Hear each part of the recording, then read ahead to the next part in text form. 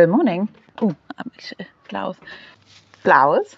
On our way to plant out a few beds for spring. We think we might have a cutworm problem in the beds.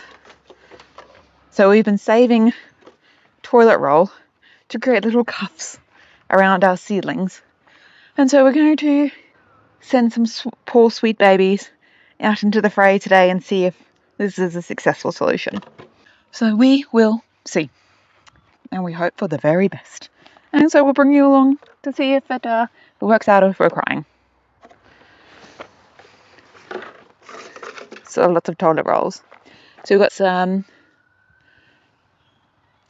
bush beans, golden zucchinis, spinach, generalized flowers.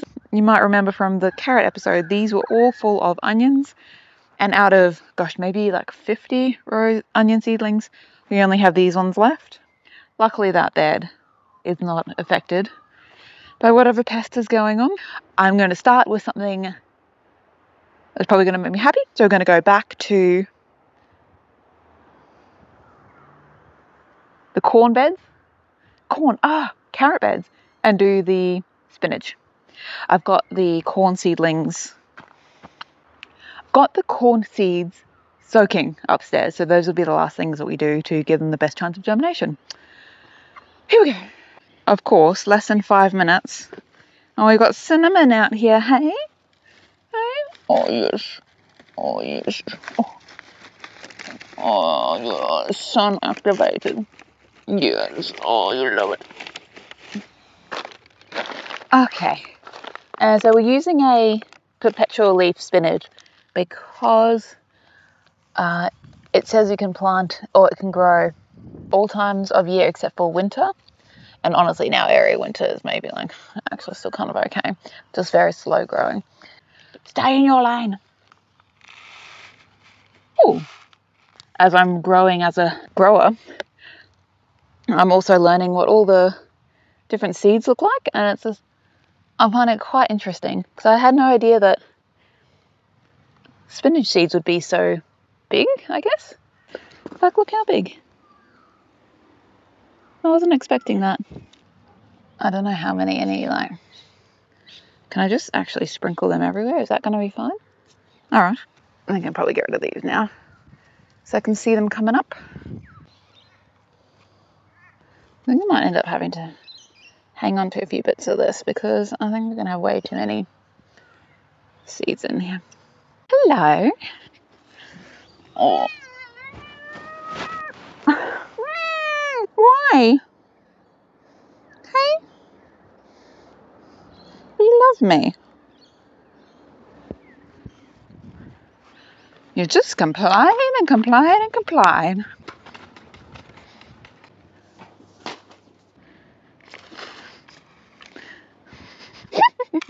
Don't worry, it's fine. We play it as a game. She's stalking me on the stairs now.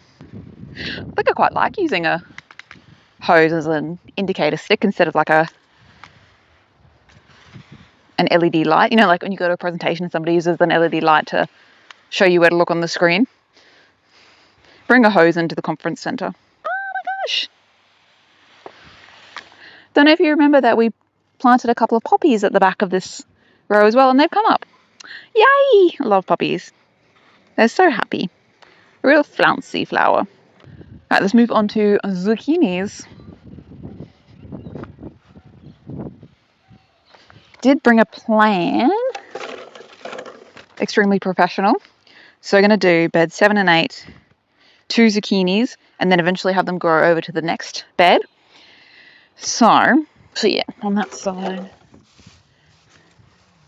And on that side. We've been looking for these cutworms, but we can't find them, and we don't come out at night. So that also probably makes a difference. 2 over there. How am I going to get you into here? Like that. Now, they usually get cut right at the base. So I'm going to pull off the non-true leaves. And I'm going to make sure that the roots from the seedling are coming out the bottom. So I've got maybe 5 centimeters on the inside there. Go down deep. Go in there. Now sprinkle some of the soil that's in the bed inside. These mustards I transplanted from in the grass. Now I don't want these to be so low down actually that whatever it is can just get in. So maybe do it a little above the surface might be a good idea. Last year we had a problem with zucchinis that we had in this bed getting eaten away at their stalk, also like right at soil level, like over several weeks, like chewing. We actually thought it was a rat and we never figured it out, but now it's like, oh, maybe it is cutworms. So I'm just giving everybody like a nice water in. I don't think that broccoli's going to make it, but give her a chance to live. I want to live, Marge. Won't you let me live? So the hope, the dream, is that these zucchinis will in fact survive, and they'll survive so well that they'll grow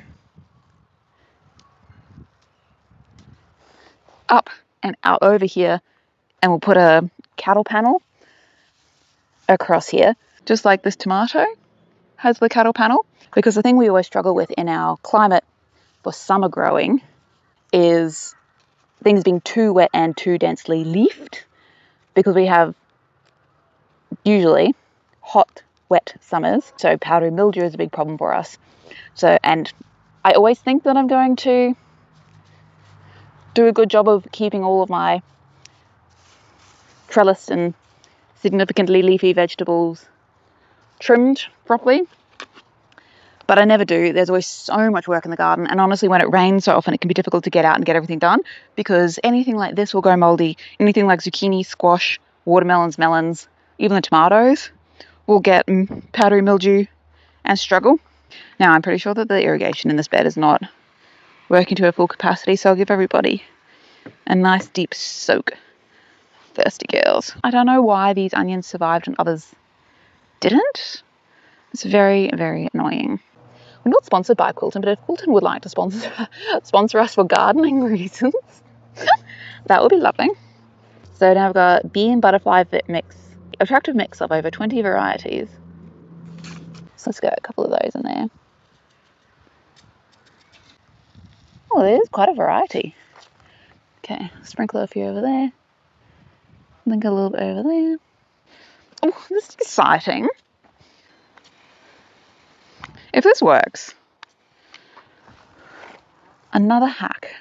Now I presume that those worms can't like climb, but I'll still leave a bit of a moat.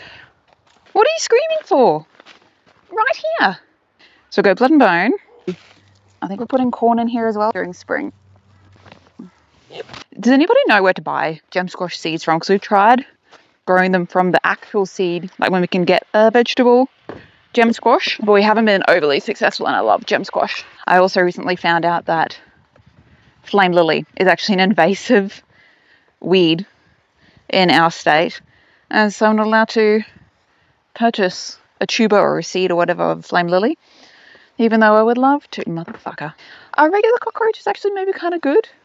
I feel like they would do some excellent like transitioning of organic matter into like soluble stuff, like a bit of a perform the same function as a earthworm maybe?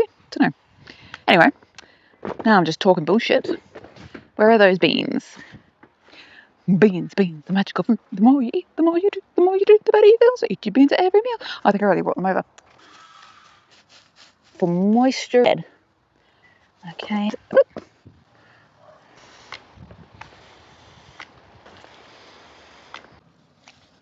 I just saw a worm. I don't know if it's a cutworm. Is this a cutworm? Does anybody know? If it is, then at least we know the thing that we're trying to fight is present. At least we can try and fight that and then see how it goes. And then if we're still having problems, then we can try and deal with the greenhouse cockroaches. Oh, fuck, that could be awesome.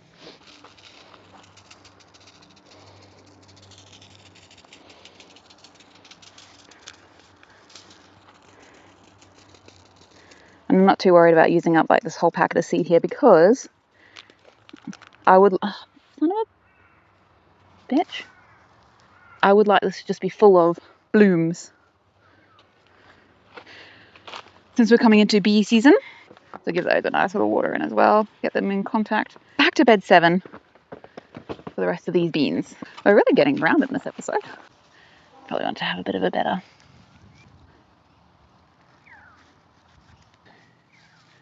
I really hope this works, hey? Alright, those are done, and I don't know if I said they were just planting French beans and they're bushing, because I couldn't be bothered dealing with trellising. Even though this trellis has been here for months, I still nearly take myself out on it. This was a good idea in my head, did not work out well in practice. But that's okay. We learn and we improve each season.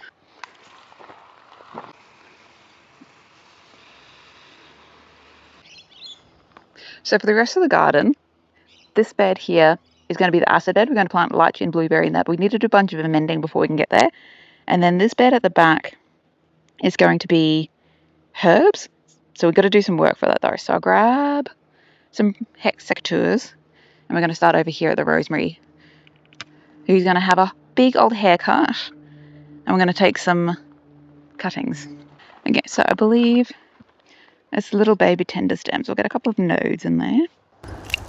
Now the vision is that we will be able to turn bed 1 over there into an herb bed only, full of herbs that do try to take over, but at least they'll only try and take over from each other and we can try and manage it in there ourselves.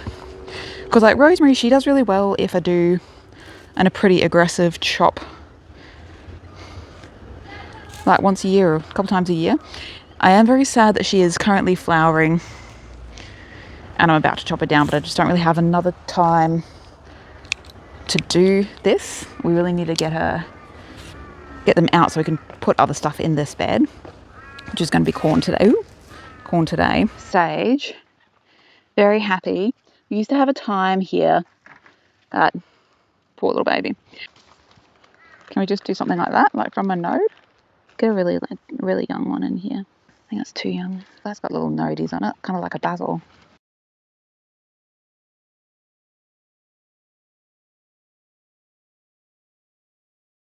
I pulled this off the larger sage plant. Look, it's like a mushroom ball sack. Look at it. Don't you think that looks like a ball sack? But like, I guess that's a rhizome or like a runner or something. I didn't realise that it put up its own new shoots. I thought all of that bushiness was caused by me cutting down, like pruning out a node like a basil. I had no idea. The more you know. The saddest oregano you ever saw. But it does keep coming back. And we're going to get rid of this whole thing because it's just not it. Is that in somewhere? That's looking kind of green. What are you attached to? Mint is actually not unhappy at all because I think she gets the overspray when I water the kale and the raspberries. So do her in there and her in there. Okay. So that's where we ended up. I'm going to put that on the windowsill for a little while to get them to, I might even split them out into a couple of different jars to get them to root, and then I'll come back and put them in seedling trays. Got the corn, which is an unsettling shade, and this is our last activity.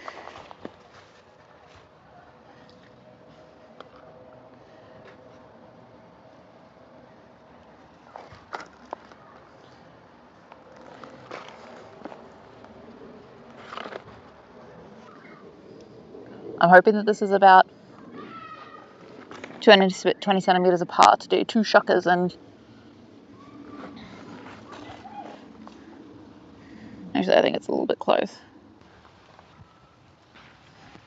Oh, how am I going to reach over there? Babe, should I be doing 1 corn per hole or 2? Yeah, do 2. Thank you. And see, this is why it's so important to have the master gardener out here with me, so I can ask these questions as I'm developing. Eh.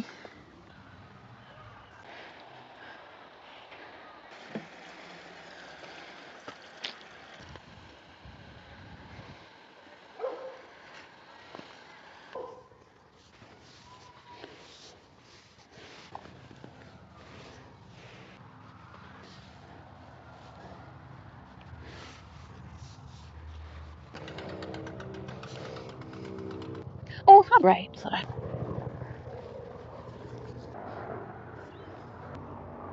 Alright, at this point I just need to be putting these anywhere. Pardon?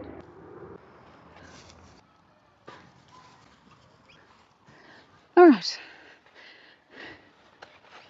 I'm going to have to make sure that I keep attention to coming out and watering all these things. Because the irrigation is an activity for another day.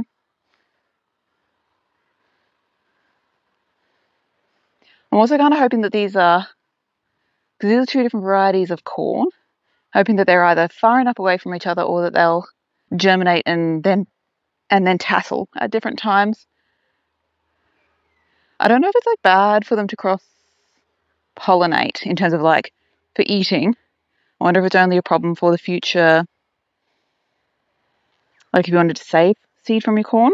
I don't know. I'm going to finish water all the other beds, and then that's it for a few hours of gardening, or several hours of gardening Sunday afternoon. Thanks for hanging out. See you soon. It's semi-corporate Tracy, and it's Thursday morning. I'm getting ready to go to train, but I had to come down and look after my little babies. So, what are we? Sunday, 5 days later, we've still got every single zucchini, bean, zucchini. Same over there. Same over there. You probably can't see. All the beans are in there. I'm very happy to report the success of a toilet roll.